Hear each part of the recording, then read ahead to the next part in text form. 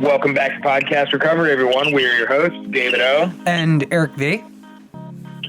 Wow, that was really delayed there, buddy. Get on. You need to get on the ball. I think you're just, you feel weird because you're not right here. Usually you're sitting right in front of me. I can kind of see your reaction. I can see you kind of fumbling over the intro. But now, you're just a little too far away, and it's like, oh, man. You know what I mean, David? That's you, not me. That's you. Anyway, today we're joined by our very special guest, Melissa. How are you doing today? Good. How are you guys doing today? Doing pretty well. Yeah. Got out and took a drive for a couple hours just to get some sun and be outside. So that was good. So where are you from, Melissa? I am from Delray Beach, Florida. Nice.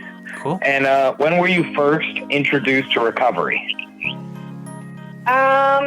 In March of 2014. Nice. And so how long have you been clean? I've been clean for 34 months now. Nice. So you're coming up on 3 years. Correct. Awesome. Well, congratulations. And with all that out of the way, yeah, absolutely. With all that out of the way, we're going to turn it over to you to share your story with us. So take it away. All right. So my name is Melissa D, and I am a recovering addict. My childhood wasn't a normal childhood. I grew up with both of my mom and my dad were both active addiction. And, it was, I had to walk on eggshells at a very young age. I learned how to wear a mask and pretend everything was okay when it really wasn't by the age of 6. Wow. And, yeah, so I even got an ulcer at the age of 6 because I wasn't allowed to share how I really felt. And, I just grew up, with my dad beating my mom and, them constantly fighting, and then my dad beating us for no reason at all. And, it just wasn't a normal, happy childhood. And then, when I was like 5, I used to play with this girl down the street, and she molested me for 2 years. Because she was 11, I was 5. Yeah. So, and I tried sharing it to my family, and no one really listened. And, that was like one of the, traumatic experiences I've had in my life. Yeah. So growing up, I always, thought I was different because my mom and dad got divorced when I was 6. And I had to grow up with just my mom. I learned how to be a mother at the age of 7 because my mom was in active addiction. She just cared about herself and the guys that she was with, so I had to take care of my 2-year-old brother. And it was, I was making eggs, and because we never had cereal, we always had milk and eggs, because of the government had the cheese and the eggs and the milk.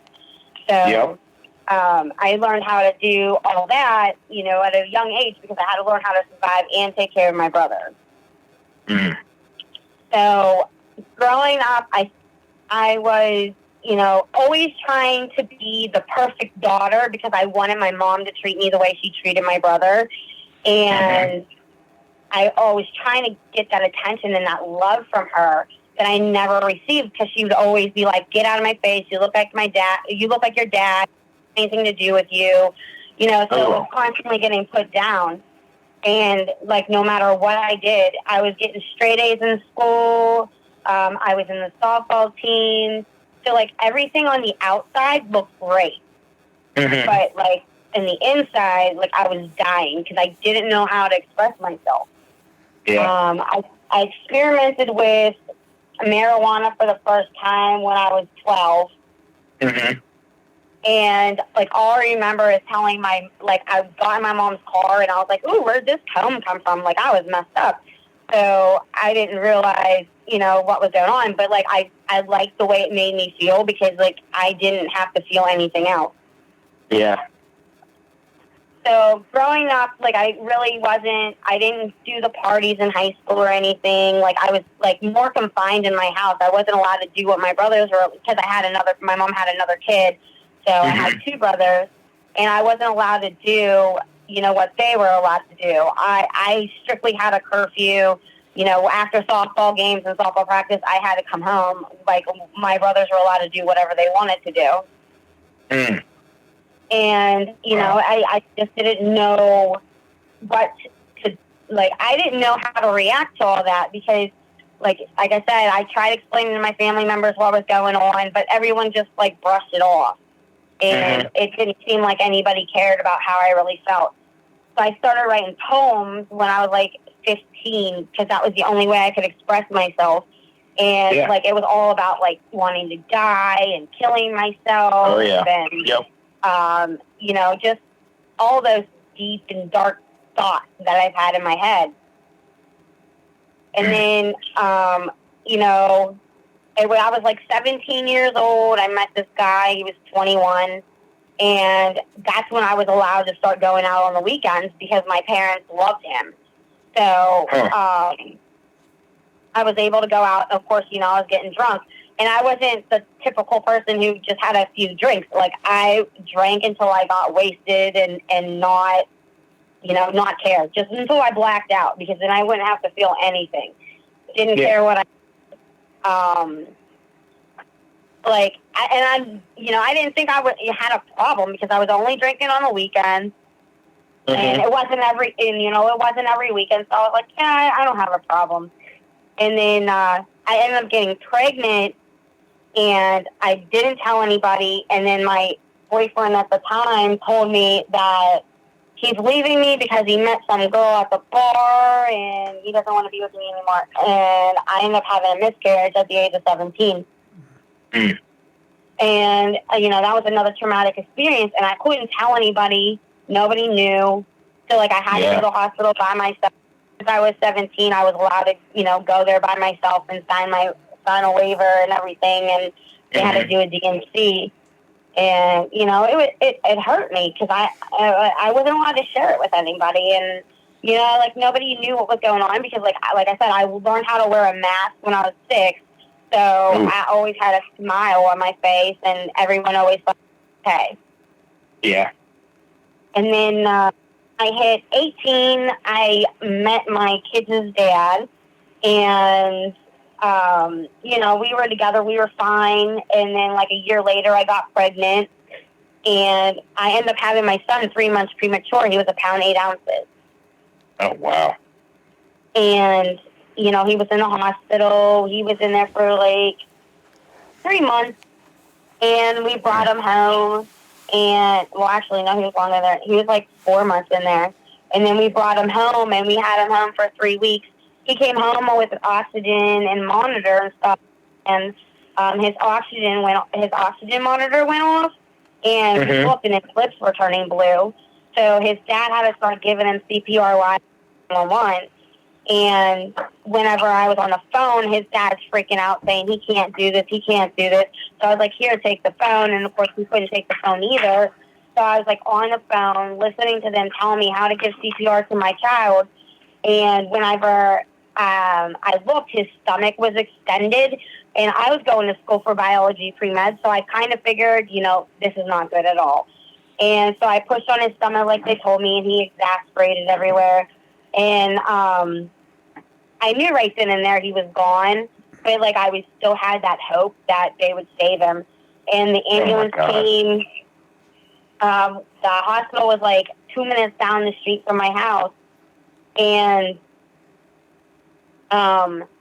you know, we're sitting there in the waiting room, and then the priest comes in, and he's like, I'm sorry to tell you. He's like, but your son didn't make it.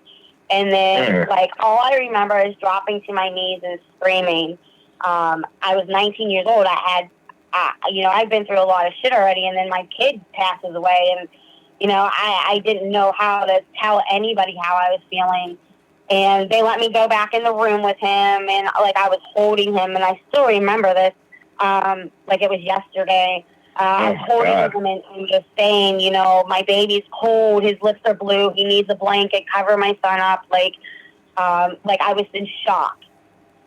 And in denial at the same time. Yeah. Like I didn't want to believe it. So, of course, you know, that had me and his dad separate. We couldn't, because he was 17, I was 19. We're both young, and we just lost our child, and we didn't know how to deal with it. He did his own thing, I did my own thing, and we tried getting back together, and it didn't work. Constant fights. I was, because we were, I went on a drinking binge, tried killing myself, ended up in Allegheny Kiski Valley Hospital for a month. And that's when they said I should have been diagnosed with post-traumatic stress disorder and bipolar when I was 15. And I was like, oh, okay. So, they put me on medication. I was doing okay for a while. And then, my son's dad brought this chick to my house while I was at work.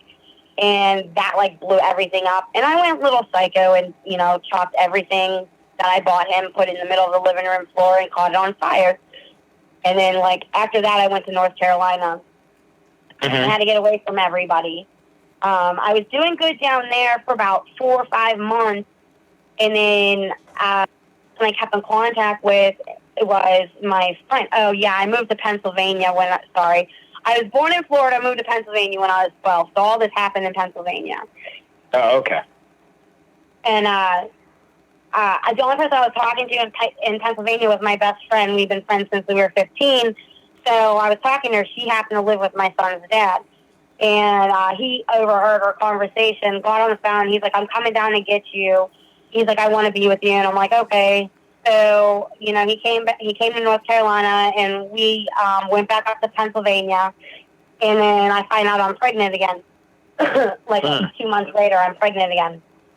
And I'm freaking out because at the time I'm 20 and I'm pregnant again. And what happens if this kid, passes away? What if I have a premature? All those thoughts were going in my head. So, me and his dad split up because he was doing his own thing. And, I started going to school. I went to school for medical assistant. So I got my associate's degree in medical assisting. And then I had my son 6 weeks premature. But he was 5 pounds, 14 ounces. So he wasn't that small. Yeah. And they said he was going to be okay and stuff like that. But then they said his EEG was really bad and he was going to be slow and he might be mentally handicapped or mentally challenged. And I said, all right, I don't care just as long as he's alive, And I brought him home and everything was fine with him. All he has is a lazy eye. When I brought him home, he just had a lazy eye. So I started working with 8 doctors, and I would do my drinking at night once my son went to sleep. I would always have a case of beer in my fridge, and I would have vodka, or Absolute, and Goldschlager in my freezer every day. I had to make sure that shit was stocked. And, I would drink and get up in the morning, get my son ready for preschool or daycare, and I would go to work. And that was my everyday routine. So I didn't think I had an issue. And, on the weekends, my brother would watch my son, and, that's when I would go out with my friends and get shit-faced and don't remember half of the time. And then, just partied. And I just thought I was a normal person who partied because I was, 21, I'm allowed to drink, and I'm allowed to have fun. And I didn't do it growing up like everyone else did, like all my friends did. They would always go to parties and stuff with me. I didn't do this when I was younger, so I can do it now that I'm legal. So then a couple years go by, still doing my drinking thing, and I was supposed to be a one-night stand, but then I got pregnant again, and I tried to get, have a relationship with my kid's dad. And it wasn't really working out because he was 6 years younger than me, and he was immature, and I was still trying to find the right one, and I didn't think he was the right one. So we split, and then I had my youngest son, and I had him 5 weeks premature, but my uterus had ruptured with him, and whenever they cut me open, he was out of my uterus under my rib cage. They said they couldn't find him for 20 minutes, which I didn't understand because I didn't know my insides were that big. Mm-hmm. But, you know, they had to light flight him to Children's Hospital and everything. And they told me, you know, he has cerebral palsy. He doesn't have a suck or swallow reflex. They told me he's going to be blind. They told me he can't hear. He had a lot of issues from him being out of my uterus and without oxygen. So I said, all right, that's fine. You know, he was in the hospital for a couple months, brought him home, and then my middle child, Bryce, was playing with a beach ball and smacked my youngest son in the head. And my youngest son started crying, and they told me he was never going to cry. And then he's crying, so I didn't know whether to yell at my son for hitting him or be happy because he's crying. Yeah. So, you know, I stopped drinking. I wasn't doing anything. Every once in a while I would smoke weed here and there. Not, you know, I wasn't doing things every day. It was, you know, still didn't think I had an issue. And then in 2005, March 5th, 2005, my youngest son had a temperature of 105. So I had him rushed into Children's Hospital, and they put him on an ice bed. You know, they tried everything they could, and then they finally sent him to the NICU, and they called me, or they came into the waiting room, and they're like, Melissa, and they're like, you know, he's not breathing. Do you want us to continue, you know, to try to save him? And I was like, yeah, do whatever you can to save my kid. I can't have this happen to me again. And they're like, okay. So, like, they did what they had to do. They came back, I would say about a half hour, 45 minutes later. It might have been longer. I'm not sure. It might have been sooner. But I wasn't really good with the time then. But they came back out, and they're like, you know, we did everything we can. We can't save him. He's gone. And I went outside. I got on the phone with my best friend, and I said, you know, Donna, she's like, what? I said, it happened again. She's like, what? I said, Marshall's dead. And she's screaming in my ear and hangs up. And, like, I was in shock. I called my kids' nurses and let them know. And, you know, I'm in the hospital by myself. And, like, I wasn't crying. I wasn't doing anything. I was pissed off. And, you know, then a social worker came over to me, and she was like, oh, honey, I know exactly how you're feeling. If you need anything, let me know. And I was like, have you ever lost a child? She's like, no. And I was like, do you have kids? And she's like, no. I said, you have no fucking clue what I'm going through right now. I said, get out of my face. Yep. So, you know, I was just a very angry person when that happened. And, of course, you know, I after all that, we had his funeral. I read his eulogy, and I was doing really good. And then I heard my son cry and my little brother cry.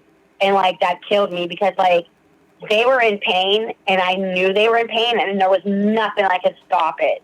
Like, I could not stop their pain. Like, you know, growing up, I was always taking care of everyone else, making sure everyone else was okay, and I never cared about how I felt. So, you know, it was just like, you know, who cares Melissa's hurting because she just lost another kid? Let's make sure everyone else is okay. And then, of course, you know, I tried committing suicide again. And this time I went on, like, a Coke binge and decided to take a whole bunch of ibuprofens, which was really stupid. But, now I'm allergic to them. I can't take them anymore. But, you know, I was in the hospital. I was in the ICU for about a week. They said I could have damaged my liver really bad for doing all that. And, you know, shit after that kind of just was in a blur. I gave my only son to his dad like a month prior to my youngest passing away. And right after he passed away, his dad picked him up and flew him to California. So, like, in my eyes, I lost all my kids. So here I am, 25 years old, all my kids are gone. And I'm like, what the fuck am I supposed to do now? And then, of course, I meet this guy. And I was taking pain meds for my back, but I was taking them as prescribed. Didn't know anything about, you know, if you take more, you'll feel better. Well, you know what I mean? Like, you'll get high. I didn't know that. So when I got with this guy, he was a heroin addict, and he was in recovery. And I didn't know anything about any of that stuff. So he was like, if you take 2 of those pills, you'll feel better, a lot better than what you feel like now. And I'm like, all right, I'll try. And then, of course, I tried it, and I was like, oh, I love this shit. I didn't have to feel nothing. And then about a year later, he's like, here, try this. And it was dried up fentanyl patch. Oh, damn. Oh, God. Yeah, and I did a little bit. He left me by myself to try this. So, I literally did a little bit, freaked myself out, flushed the rest down the toilet. And then the next day, he's like, how would you like it? And I said, dude, it freaked me out. I flushed it down the toilet. I said, I don't want to do all that. I was like, it scared me. He's like, well, I have more. He's like, I'll let you try it. He's like, I'll pour it out for you, and you do it that way. And I'm like, all right. And then once I did that, it was over. I fell in love. And then come to find out 6 months later, it wasn't fentanyl patch, it was heroin. But it was a little too late. I was already addicted. 6 months down the line, I started shooting up, and just so I can get high faster and not be sick. And, I missed a lot of my life then, from 27 to 32. I have no idea what was going on in my head. I don't know.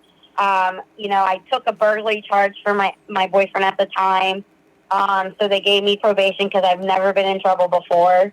I took a DUI charge for my boyfriend because I didn't want him going to jail. So, in 2014, this is when I first was introduced to a 12-step program because I got arrested for missing 2 court hearings that I didn't know I was supposed to go to because I didn't tell them I changed my address. And they sent me into jail. I was in there for 28 days, and I have 2 blood clot disorders, and they had me on so much blood thinners. The nurse said, she's like, don't shave. If you shave in here, we will not save your life if you cut yourself. And I'm like, God. Yeah, so I was like, okay, that's great. So I was in there for 28 days. I wrote the judge. I wrote my mom telling her if anything happens to me, she needs to sue the shit out of jail. And then I wrote my PO and told him, look, I'll do anything as long as you get me out of this fucking place because I'm going to die in here. So, 2 days after I wrote the letter, they sent me to a program, a 6-month program, which was jail-related. And they said I had to complete it, and then they would, everything would be okay. I would complete my DUI, and my burglary charge will drop. And I was like, okay.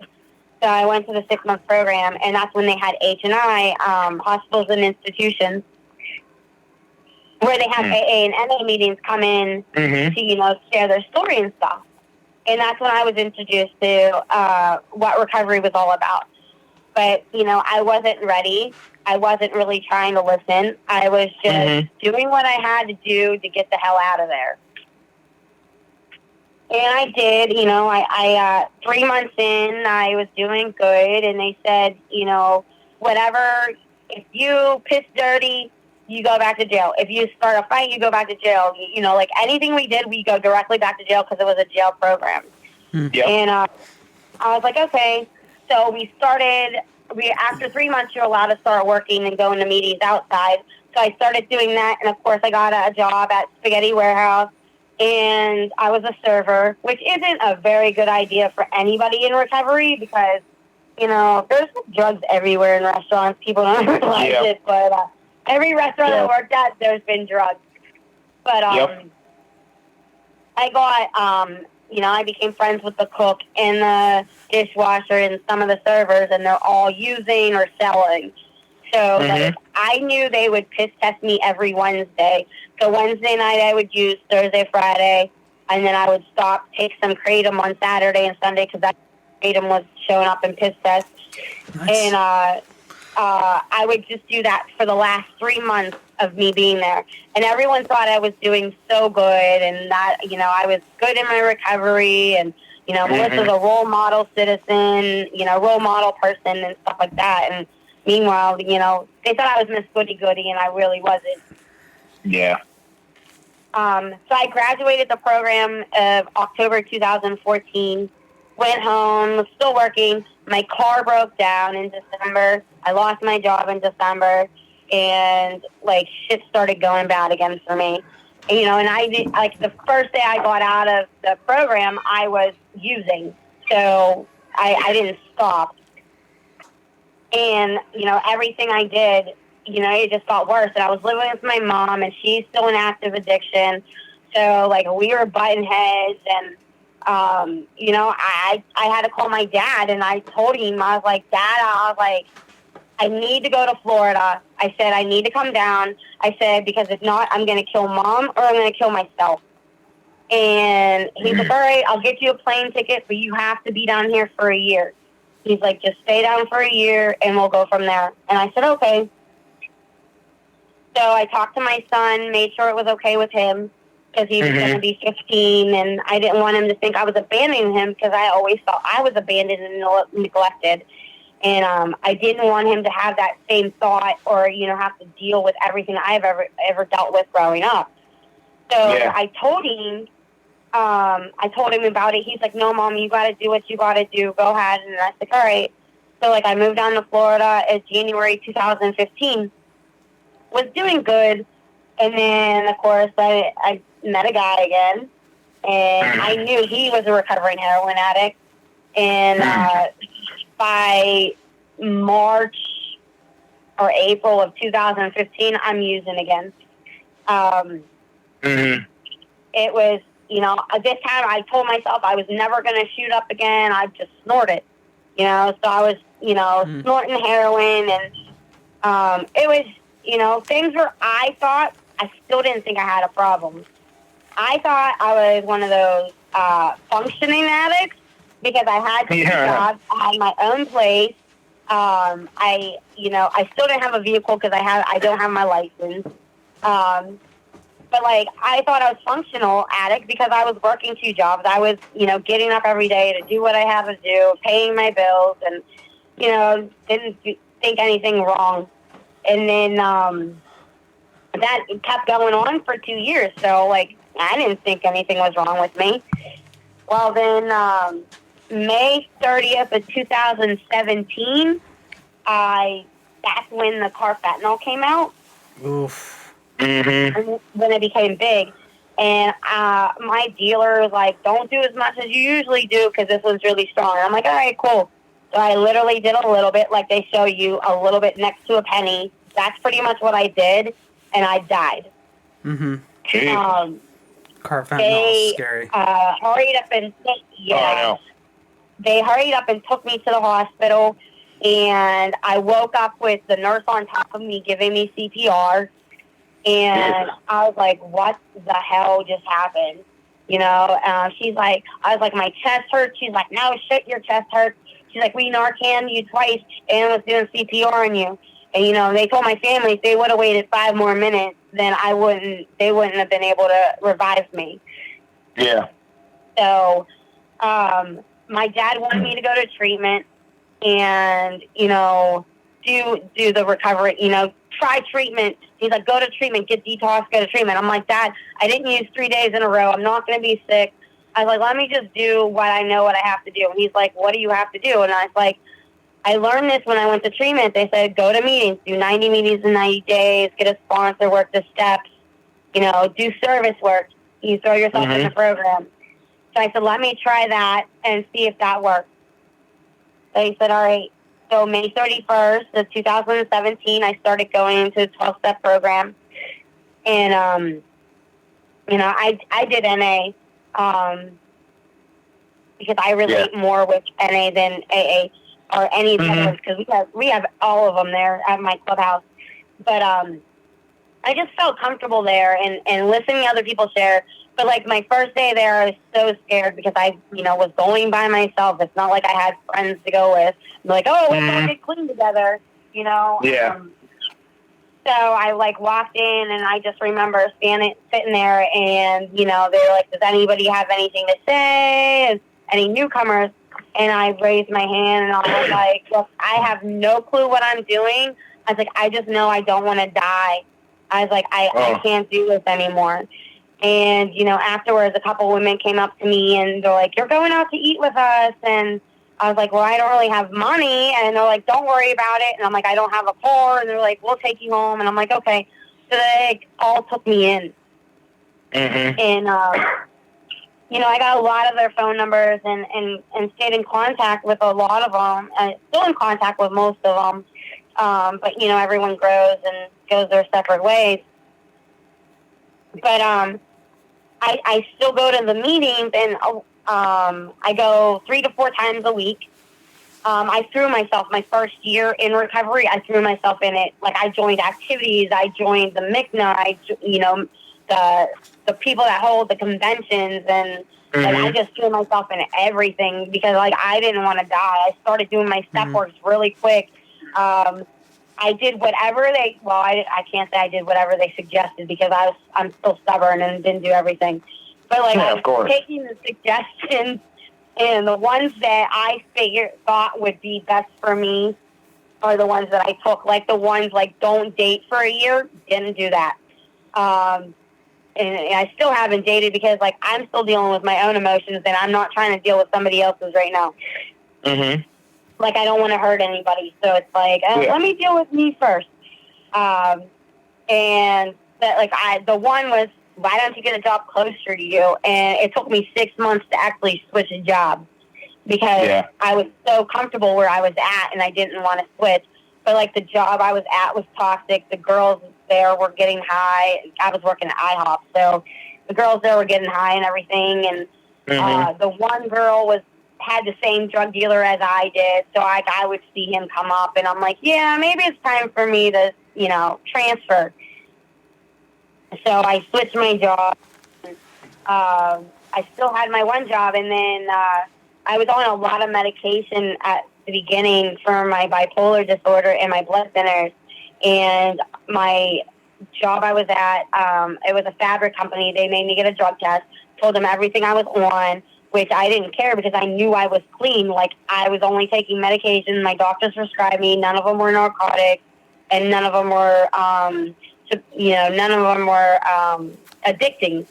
So I was like, I don't care. I was like, here you go. Well, since I was on 8 pills at the time, they said I was on too much medication. They couldn't keep me there anymore, so they let me go. So I was like devastated because I was like, oh my God, I had this job for like 4 years, 3 or 4 years. And I'm like, what the hell? Like, that was my life pretty much. And that's what I learned. They said, whatever you put in front of your recovery, you will lose.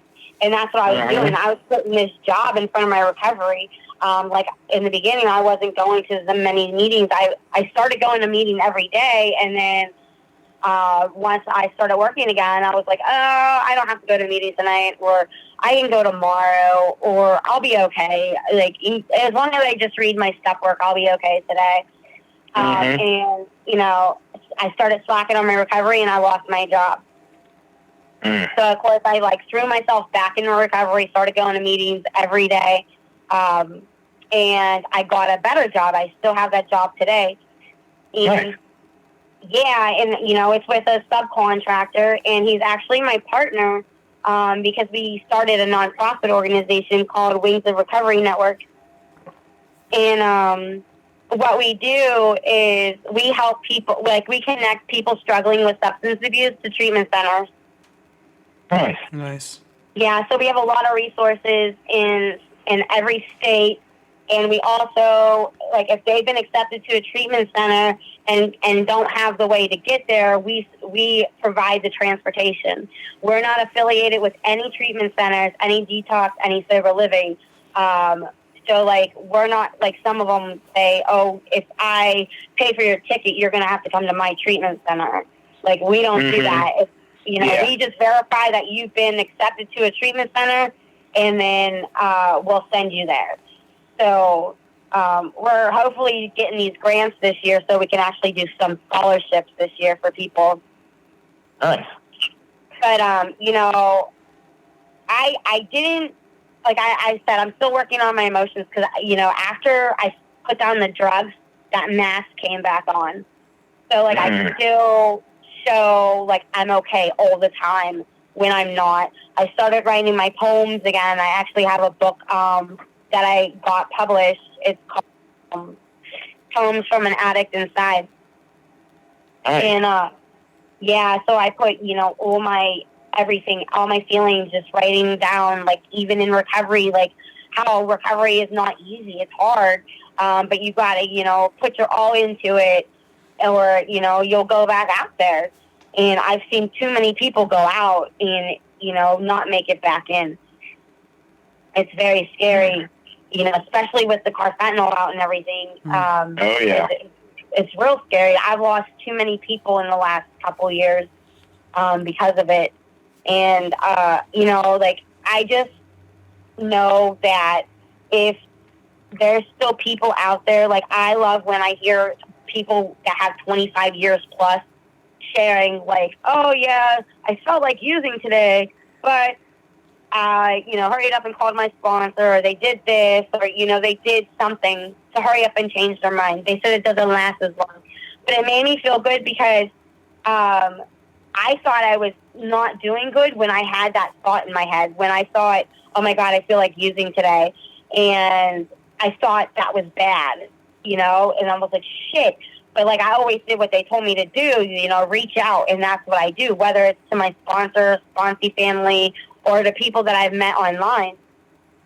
Like, I always reach out to them when I have that thought, and it's like I talk to them and it goes away. It doesn't, that thought doesn't happen as often anymore, and it doesn't last as long, but whenever it comes around my son's angelversary or their birthdays, it gets really hard for me because those are the emotions that I don't want to feel, and I hate emotions. Like, I love being happy, but I know that's not realistic, being happy all the time. And that's what I'm dealing with. So, like, I'm going through my step work this time, and I have to connect my emotions to my step work and not just answering it like schoolwork. So, it's hard. Like, March 5th was my son's, my youngest son's angelversary. He was gone for 15 years. And, he's the one that I've never really, went through the whole grievance process with. My oldest, I was able to, but my youngest, I wasn't. Like, as soon as he passed away, I went into denial and said he was in the hospital for the longest time. But, I actually cried for, like, a minute in front of a room full of people, which I would never do. But, like, I was pretending like I was okay and telling everyone I was okay with a smile on my face. And I was dying inside. And then, someone said something at the meeting, and I just broke down and cried. I was like, I can't feel like this anymore. I don't want to feel the pain, but I know if I don't feel the pain, then I'm never going to grow from it, and it's going to always be there. So, like, that's what I'm working on today is, getting vulnerable. And that sucks because I don't know what it's like to be vulnerable and to have someone actually care about my feelings, because I didn't have that growing up. So, I get scared. I'm always afraid, like, they're going to tell me I don't care how you feel, or they're going to leave me, or, just, repeat history. And it's scary. But, like, the people that I have in my life, I know, like, today, I know they're not going to go anywhere. A lot I can relate to because they lost children too, and they know they can relate to me and how I feel about it. And I started going to therapy. So therapy is actually helping too, which is good, because it helps me get that out. And my therapist, she even lost a child, and she's in recovery, so she can relate on both sides. So, but, like, everything that I've been doing, I always put my recovery first. I have to make sure that, if, like, what I'm doing now, that's part of my recovery. I just spoke with my sponsor earlier. I try to connect with at least 10 people in recovery every day, just to see how they're doing, check up on them. And, like, I'll wish them a good morning, hope you have a good day. And some of them, like, respond, and some of them don't, which is fine with me. But, like, it's just me reaching out to them, like, because I generally care and want to make sure they're okay. And I go to my meetings. Well, I was going to my meetings until they closed them all down. But like now Yeah. we're doing meetings online on Zoom. Like a lot of the people at our meetings are opening up to Zoom now, which is pretty awesome because like you can same with do here. it. You can do it with the video or without the video. So like you can see everybody if you want to, or you can like keep it closed. Yeah. Which is pretty awesome because like I don't know what I would do without my meeting. Yeah.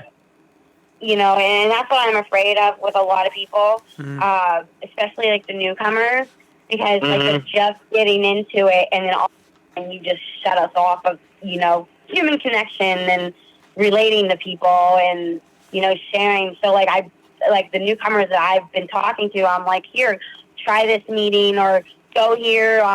These people do lives, just listen to their lives.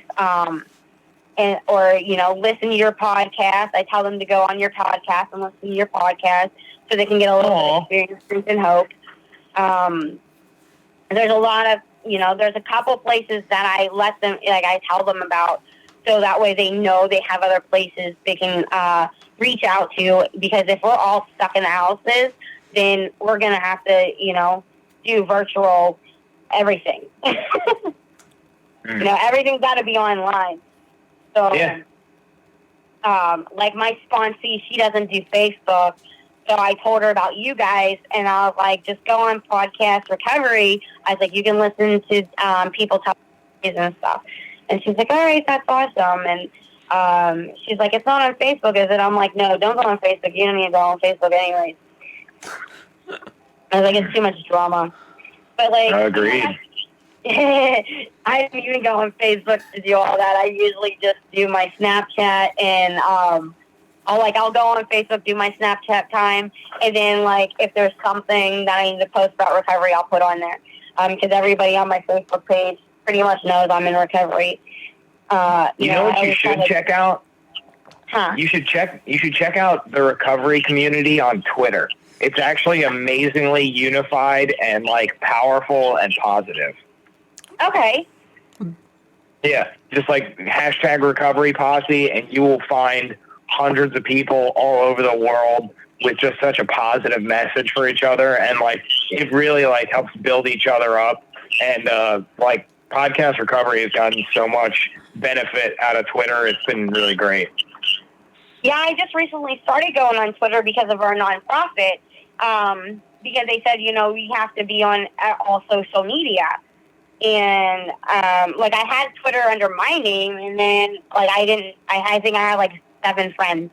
And when I put it under our nonprofit, Wings of Recovery Network, you know, I'm able to reach out more to people, you know, and help and like post like the different online meetings that they have once this came up. And, you know, I do see the hashtag recovery posse everywhere. So I'm going to click on that and look into that. Yeah, it's everywhere. Yeah, I mean, I got friends in Australia, because I went to the NA World Convention when it was here in Orlando. So we met a lot of people all across the world. It was freaking awesome. But like that's what I said. I have to put my recovery first because I'm not trying to lose anything. And like I'm really close to my son, and he's going to be 20 this year. He's supposed to come down next month, but with this thing going on, you know, with the coronavirus going on, he's not allowed to fly down here. So hopefully it gets better, though. Yep.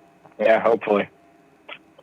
All right. Well, I think we definitely have some questions for you. Okay. I'm gonna say Eric can go first. Okay. I'm going to allow. Did you hear this nonsense? Yeah. Wow. That was very pointed. Man, there's a lot to unravel here. You did. Huh? Yeah. First of all, Melissa, you just had an absolutely powerful story and message, and we before we even start with the Q&A, just thank you for coming on and sharing that so openly and honestly, 'cause that was awesome. Thank you. All right, now to you, Eric. So I guess let's start with some of the difficult stuff, right? You've had to overcome quite a bit with your children. And there, I guess, can you kind of walk, and you don't have to walk through the entire process, but can you describe how the steps helped in kind of coming, and I'm not saying that you have come to terms, but coming to like an understanding, how did the steps help you kind of get to a place where you are today with those situations? And, how are you able to, practice, I don't even know the right word, but, what did you take from the steps to apply to your life to, Okay. So, like the whole reason, like I said, the reason why I chose NA was because they say it's a spiritual program, not a religious program.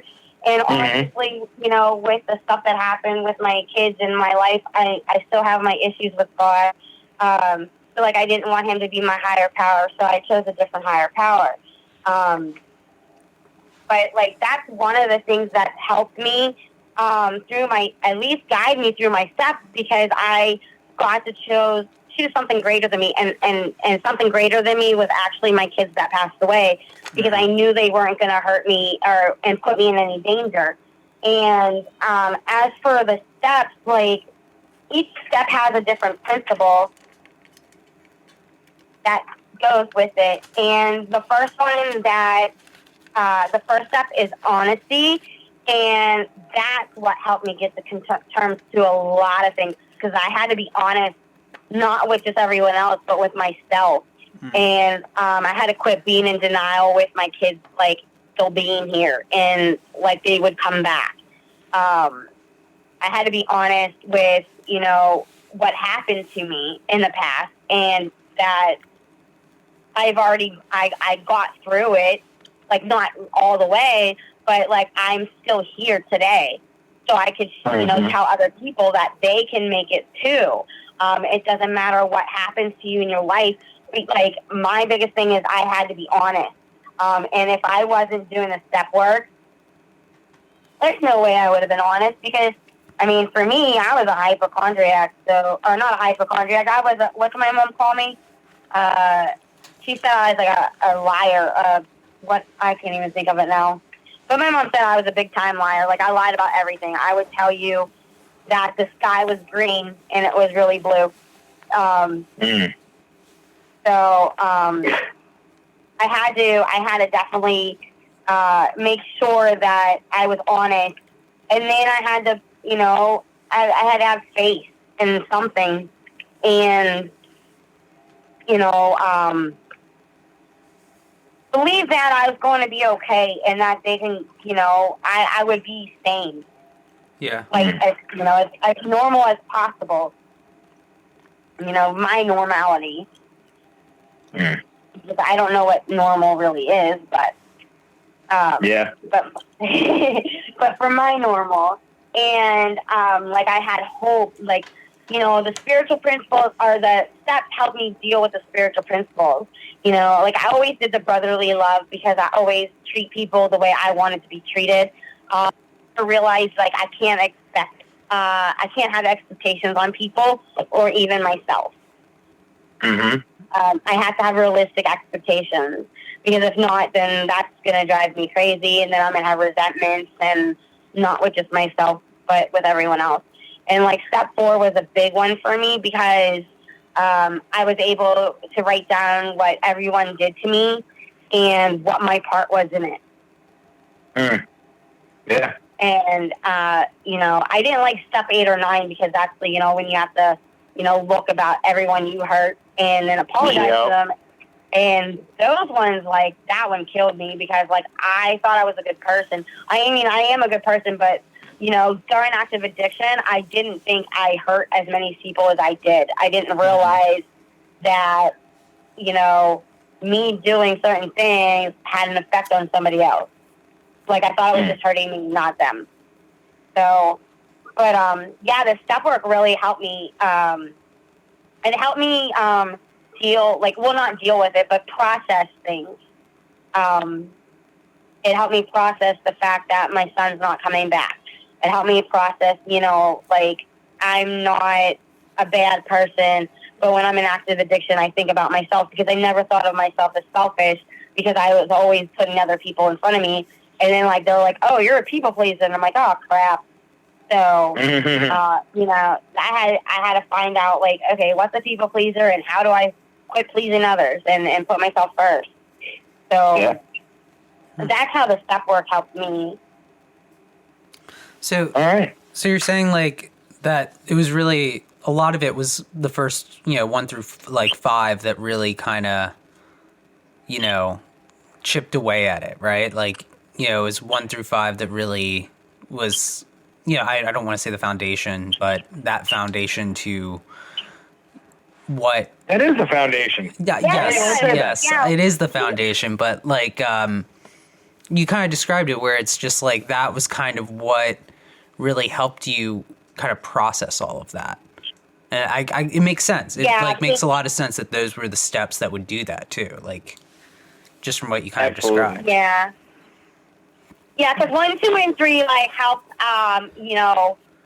me surrendering and then being honest and then getting hope that I will change, and then faith that a higher power will help me change. And then 4 and 5 was more of like all the shit that's happened to me in my life. I was able to get it all out and actually finally tell somebody who actually cares. Yeah. And, they could either relate to me or not, but at least they had the empathy and not the sympathy with me. And it was just great to get all of that off my chest, because, like, some of the shit I've been hiding since I was, like, 6 years old. So, from 1 to 5, that really helped me process a lot of things. All right. All right. You talked about, like you referenced it a couple times, wearing a mask all throughout your life. And, like, I really related to that. And I kind of want to, like, dive into that a little bit. So, like, how difficult and toxic is it to constantly have to wear a mask for such extended periods of time? And then what relief do you feel when you can just genuinely be one whole person and not have to live 2 like split lives? All right. What was the first question? First part. How difficult and toxic is wearing a mask, and then how good does it feel taking it off? Okay, so wearing a mask for me is really toxic, because with my bipolar, it plays a part into it. It plays a role. I will get really manic, and I won't sleep for like a week. I'll sleep maybe 3 hours out of the whole week. And then I'll get real depressed, and then I don't want to talk to anybody, or, I start isolating. And a lot of people know this about me now. Like, I know when I was first got clean, it was really bad, because my time told me that I don't need to be on psych meds. And my insurance happened to, go off, and I didn't have my psych meds, and then I went nuts. Like, I literally was awake for 2 weeks straight. I think I had about 8 hours of sleep in 2 weeks, and then I finally crashed, and I didn't talk to anybody for a month. I almost lost my job and everything, because I wouldn't talk to anybody. I would not answer my phone for nobody. Like, it was hard for me to even get out of bed. But wearing that mask, it was, everyone thought I was okay. Like, nobody knew anything was wrong with me until I stopped talking to everybody. People, like, I'll tell people now, if you ask me if I'm okay and I say yeah, ask me one more time and just make sure that I'm really okay. I said, because if you don't ask me again, I'm not going to tell you how I really am if something's bothering me, because it's going to just make me feel like you don't care anyways. So why express myself? Yeah. So it is toxic because of my, bipolar disorder. And, and I also suffer with borderline personality disorder. So it's not good for my mental health. And and as for it coming off, it doesn't, I'm still working on that. So I'm not a whole person yet. It's crazy because it automatically just comes up. It became a self-defense mechanism actually. So I wouldn't get hurt. And, totally. So when I start getting vulnerable or something, my mask comes on, I'll get 2 tears out and that's it. But when I actually cried, last month or the beginning of this month when I cried, I felt relieved, but then I also felt stupid because, those things come back in your head from childhood. Why are you crying? Quit being a baby. Only babies cry. Be strong. You're the tough one. All those thoughts came back in my head after I was done crying. And, it was just great, though, because people were like, well, you know what, Melissa, it's okay to cry. You're allowed to cry. You're actually allowed to be strong and cry. And, having those people in my life telling me that is helping. I believe it, but I don't believe it, if that makes sense. Yeah. But it just goes back, I go back and forth, and I try to tell people, if you grow up and you're told one thing all your life, and then all of a sudden it gets changed for just a year, it's not changing yet. Because you got brought up your life with one specific view, and then all we're like, no, that was wrong. This is the right way. And, you got to learn it all over again. So, now it's I'm learning how to be vulnerable and opening up and showing emotions to things. Mm-hmm. Yeah. Mm-hmm. All right, Eric, what you got?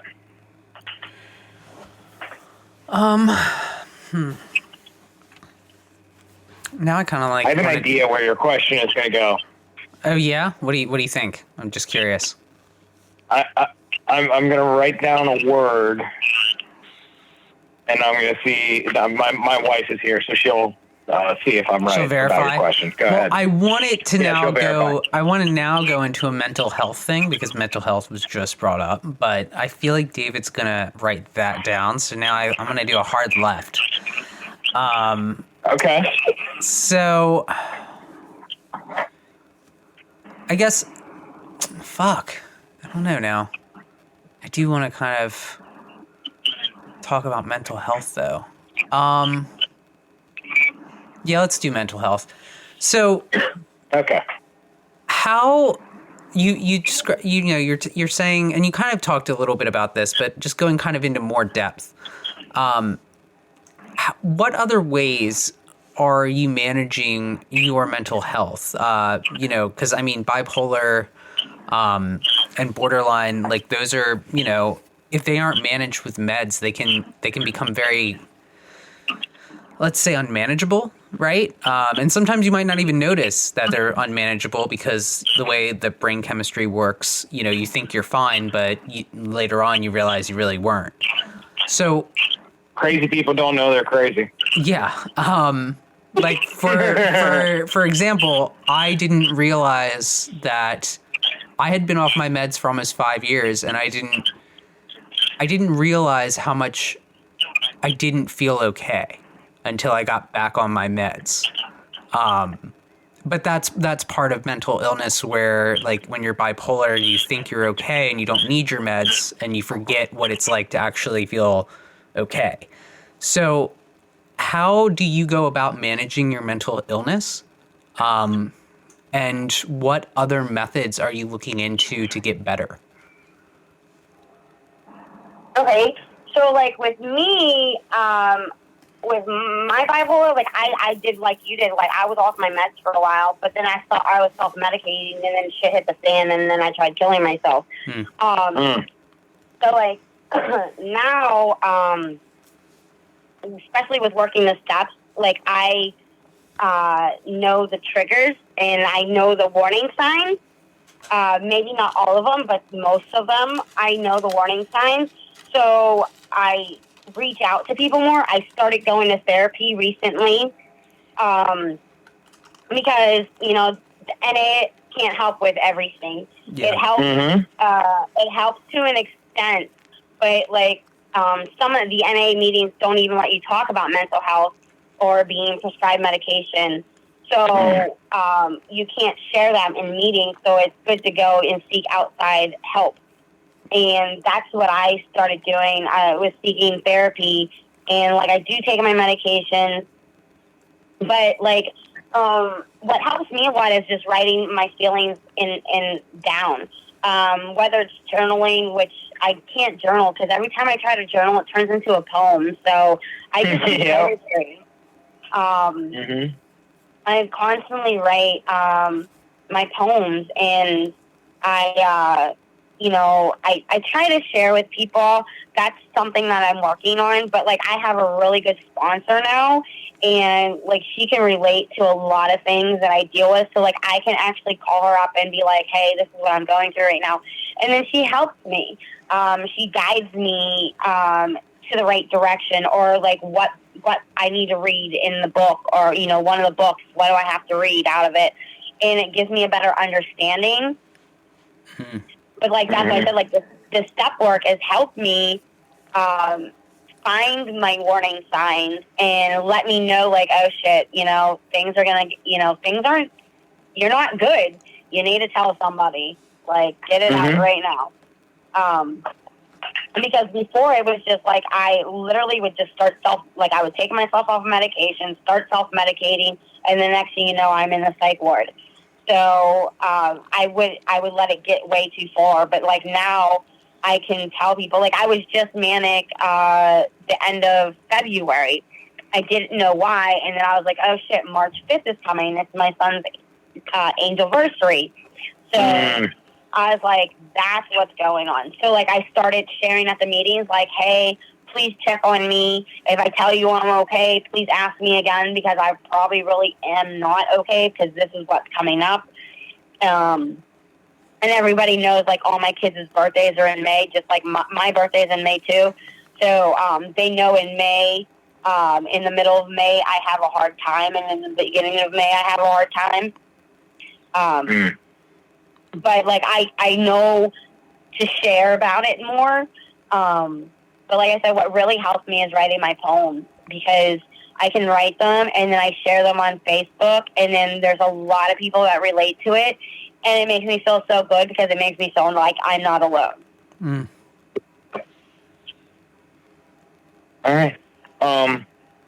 Who's your favorite poet? Edgar Allan Poe. Edgar Allan Poe. Boy from Baltimore. I like it. Good Nice. answer. That's a solid choice. I'm a big Shakespeare fan too, so. Oh yeah, absolutely. You can't not be a Shakespeare fan. I mean, right.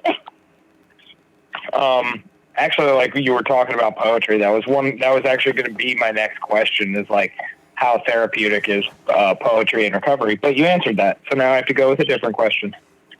I'm going to do a fun one. This is going to be for all three of us.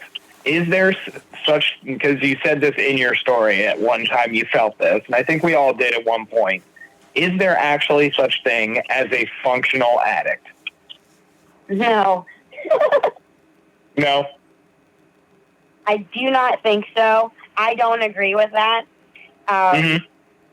Only because you might think you're functioning, but you're really not. Like I said, like, things were slowly getting bad for me.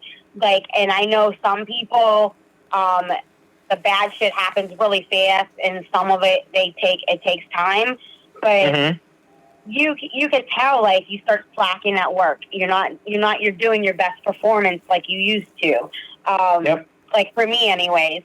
I wasn't talking to my family as much. I wasn't talking to friends as much. Like, I started distancing myself away from the people that I cared about, so then that way they couldn't hear me all messed up. And I just, slowly started isolating. What about you, Eric? Is there such thing as a functioning addict? For a time, yes. For a time. Well, I mean, I've come up pretty 'Cause well. I know you, I've come you up. at one point thought, yes, I know. You thought you were a very functional addict for a while, and then I get come ups for sure. And I usually take it to the brink. So last time I relapsed, I was pretty close to like, if I would have like kept using a little bit longer, I probably would have lost a lot more than I did. Yeah. But I stopped. So Yeah. I guess what's hard, I think now it would be a little bit different, but functioning. Yeah, I mean, I did function. So, you know, it's not that I didn't function as when I was in active addiction. I mean, there is usually what would happen is I would function for about 9 months pretty well, and then, you know, shit would hit the fan and I'd fall apart. It just depends on whether I crashed and burned or just kind of, you know, swerved off the road. Yeah. So, Yeah, I mean, I definitely gotcha. functioned, but, you know, it all depends on how, it depends on how much, you know, at what point was I in my addiction? Was I at the point where I'm, you know, where I'm blacking out every night, like, because I took too much Xanax, like, and I can't remember, Mm-hmm. my wife is just finding me passed out around the house? Or, you know, am I still, like, all right? I think it depends on what point of my addiction I'm at. But, For you know, you. for You're me, saying for you. Yes. just for Yes. me. But again, Good. I just wanted to clarify that. at the end of the day, I will always get to a point of no return where I either stop or absolutely. I'm probably going to die. Yep. Yeah. And I like the way Melissa said it. I think the consensus for us is ultimately long-term. No, there's no such thing as a functional addict. Like you could make it function for a week or a month or a little while, but just like Melissa said, like there's always a part of your life out of balance. There's something being neglected. Either it's like a spiritual downfall or an emotional downfall or like a psychological. There's a lot of different. That's life. It's balancing a lot of different pieces. And if you're in active addiction, it is impossible to keep all of those things healthy and maintaining and progressing and going forward long term. All right, Eric, what's your question? I kind of want to do something fun too, since you are an NA. What, and you know, David and myself can answer this one as well. What is your favorite piece of recovery literature in Narcotics Anonymous? And this can be pamphlets and IPs as well. So what is your favorite piece of recovery literature and why? Okay, I love the Living Clean book. Nice. Good answer. Nice. And the reason why is because, like, I was struggling with relationships, and there's a spot, and there was relationships, and, I can, relate to a lot of it, and it just points things out. And, it's like, oh, shit, that is me. Like, oh, okay, maybe I need to change this or do this. And, like, I just love it because if you're going through something in life, like, you pick up the Living Clean book, and there's something in there about it. Yeah. That's a good answer. I'd have to say my favorite piece of NA literature is the Step Working Guide. I love how not everything, like some of it is a little bit repetitive at times, but they've asked some really good questions throughout my recovery that I didn't necessarily think of. And it's challenged me in a lot of ways to really grow and put work into my recovery. So yeah, I'm going with the step working guide. I like that one too. It's good. I do like living clean, but my favorite is probably the basic text. The baby blue. No, not the baby blue. Though I do like the baby blue. I like the principle behind the baby blue more than probably the baby blue itself. I like the rebellious nature of the baby blue. I know. But I mean, I think it's the basic text. Yeah. You know, I mean, it's solid. I used to be, one of my home groups used to be a basic text study meeting, and the entire, not the stories, but each chapter of the basic text, which is cool because usually when you do step or tradition meetings, you only do step and tradition, but you don't necessarily do, we do recover. You don't do all the other chapters. So I think that's my favorite. Probably my least favorite is the green and gold. Oh, I like that. It works how and why. Yeah. Dude, I like that one, but it's a lot detailed. What about the sponsorship book, Eric? I don't count that. It's a book. It's part of the literature. Don't count it. I just don't count it. Okay, that's fair. I don't think it's like a vital piece of the literature. Not a vital piece of literature. It is for somebody, you know. Is it? All right. I feel like it's something you would put in your bathroom or like on a coffee table. Yeah, dude, coffee table books are Melissa important. knows what I'm talking about. Yeah, I mean, it's just a bunch of quotes. Like, it's not like I need, like, I don't know, and it's not organized. I feel like in a way like Just for Today is. It's sort of like the charcuterie board of the recovery literature. There's no meat. There's no potatoes.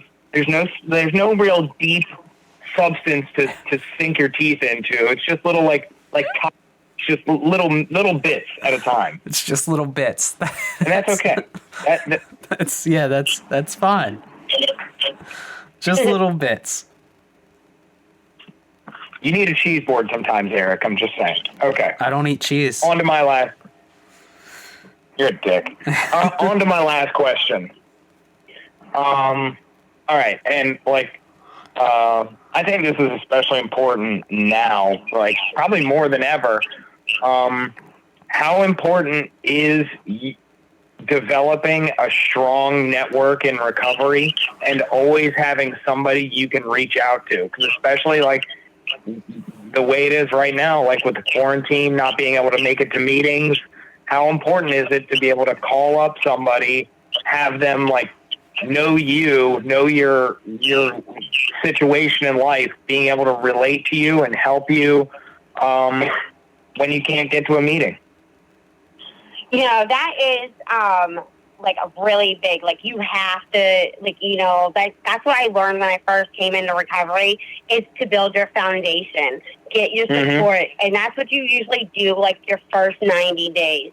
You find somebody who has, you know, more clean time than you do, that you can relate to. And, you know, maybe that person ends up being your sponsor, and then you get a sponsee family. But you have to have people that you can connect to and reach out to and know that's not going to judge you or put you down no matter what you say. Because especially with now being quarantined and not being able to go to meetings, what are you going to do? You can't sit at home by yourself. That's what we did in active addiction. Well, that's what I did in active addiction. I didn't go out and hang out with people. You know, I didn't talk to anybody. But like now with quarantine, at least when you're feeling a certain way, you have to have that foundation so you can reach out to them and say, hey, you know, I don't like being alone. Is there any way we can do something? Like, can we do something? Can we FaceTime? Can we, you know, give me something to do in the book or something? Yep. You know, so it's very vital to have, you know, your foundation. And that's why, you know, I tell everyone, like the newcomers and stuff, you know, you build your foundation. You should have it within the first 90 days as a strong foundation, because usually after 90 days, your emotions come out and you're everywhere. And you need to talk to somebody. Yep, absolutely. All right, that was my last question. And before we go on, Eric, I just want to say, with the quarantine and everything, I miss you, buddy. It's not the same recording in our own separate houses. I know, David. I know. It'll be okay. I know you don't. I know you don't miss me too, but that's okay. That's fine. I miss being in the same room, being able to look across the mic at your face, seeing your facial reactions as you pet your kitty, and we hear a message of hope together. So the fact that we're not in the same room, it's difficult, but we're getting through it, buddy. It's a challenge, David. It's a challenge. It's a real challenge, and I love you. Well, I love you, Eric. We'll get through this. So I guess is it that time, Eric? Go right ahead, David. To the Twitter. All right. So today's Twitter question. I really like this name, Danger Cricket. Danger Cricket. Nice. Yeah, it's pretty good. And so the way this works, Melissa, you'll answer this first, then David, then myself. I've been saving this one, so I'm kind of excited. I think it's a good question. So why does recovery always seem to have to revolve around what the person in recovery has done wrong? And to add on to that, which this isn't part of it, is why don't we focus more on what we've done right?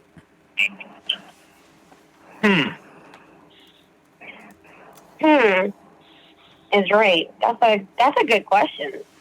Yeah, it is. All right, Melissa, you're first, and then me. Okay. So I believe, for me, like, the reason why recovery revolves around what I've done wrong.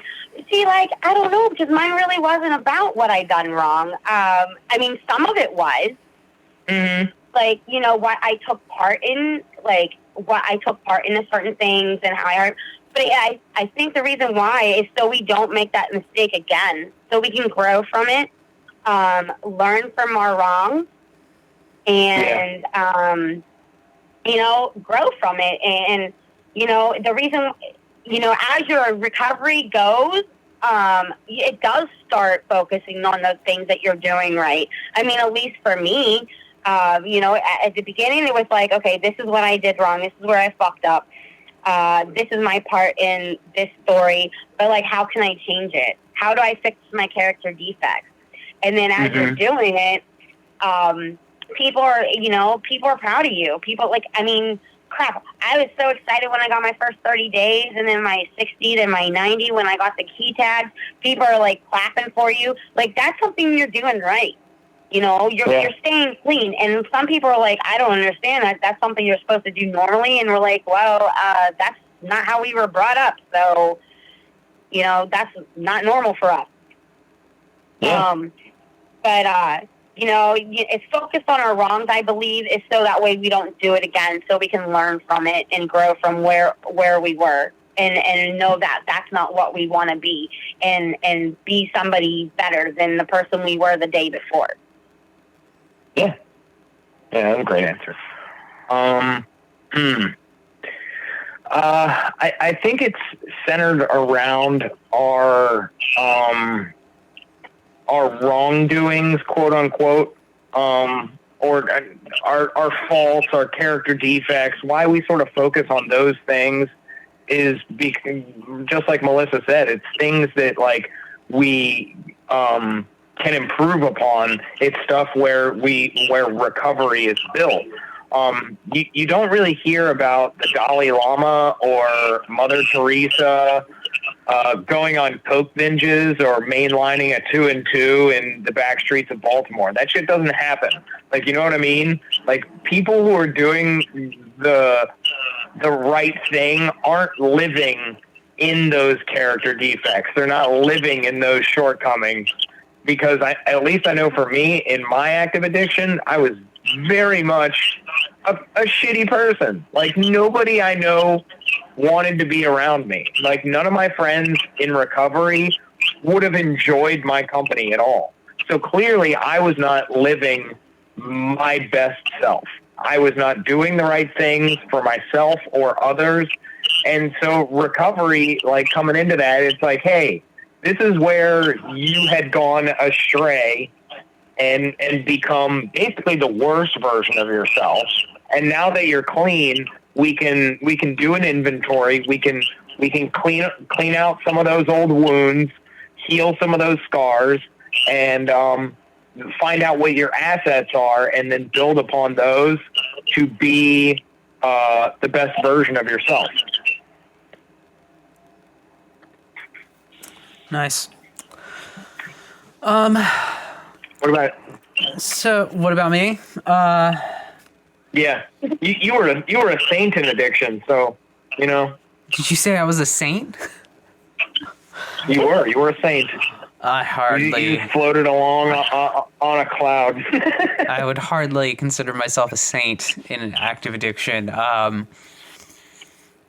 So, I think there's two good points for both sides of this.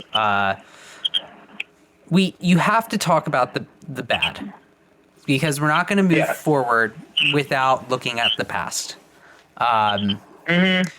Because, the whole point of doing a fourth step is to kind of take your past, bottle it all, not bottle it all up, but like write it all down, get it all out, and really, take a good look at it, understand it, and look at the motivations behind why you did it.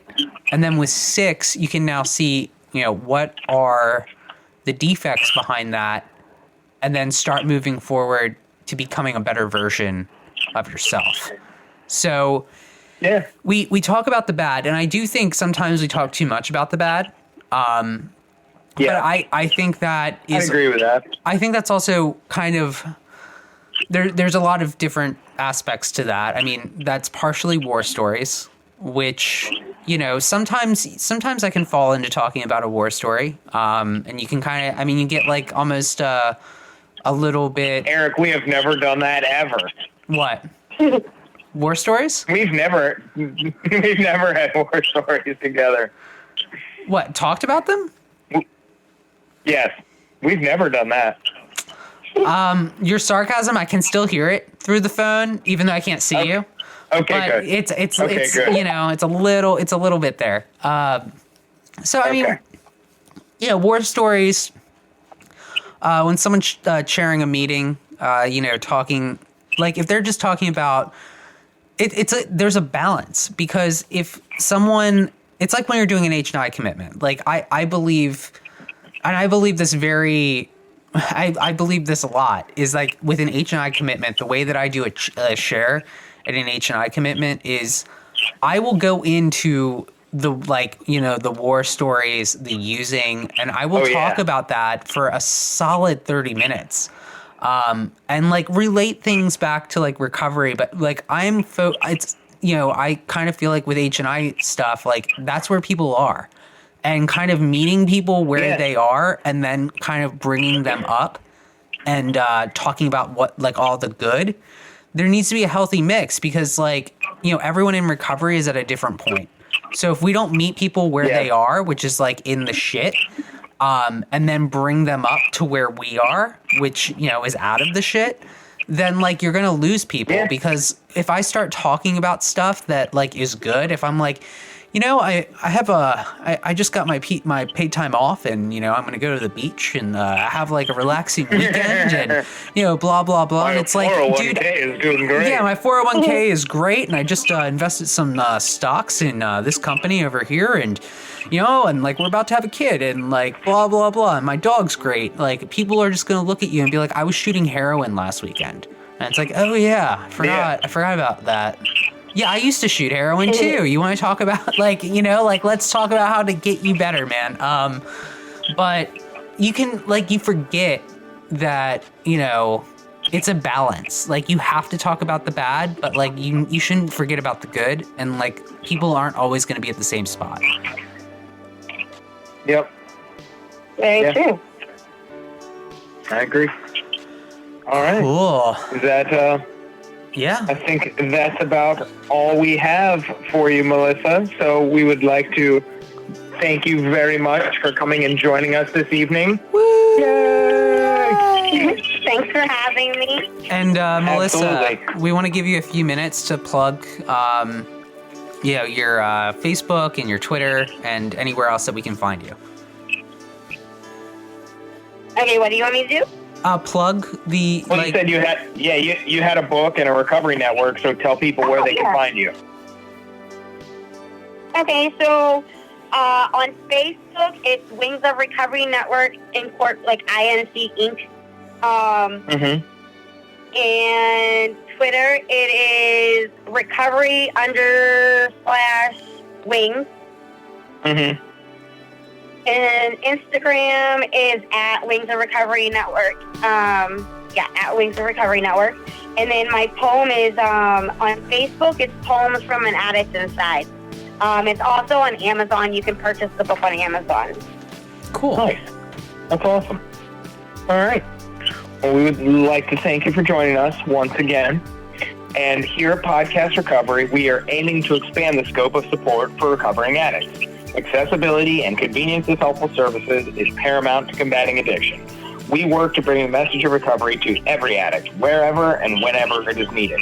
We believe that a powerful voice of recovery should be obtainable, practical, and at the touch of a button. Every addict deserves to hear a message of hope, and Podcast Recovery is here to provide it. All right, everybody, thanks for joining us, listening in. Follow us on Twitter, Facebook, Instagram. Check out our website, podcastrecovery.com. Like, share, subscribe. But most importantly, everybody out there, stay safe and stay clean.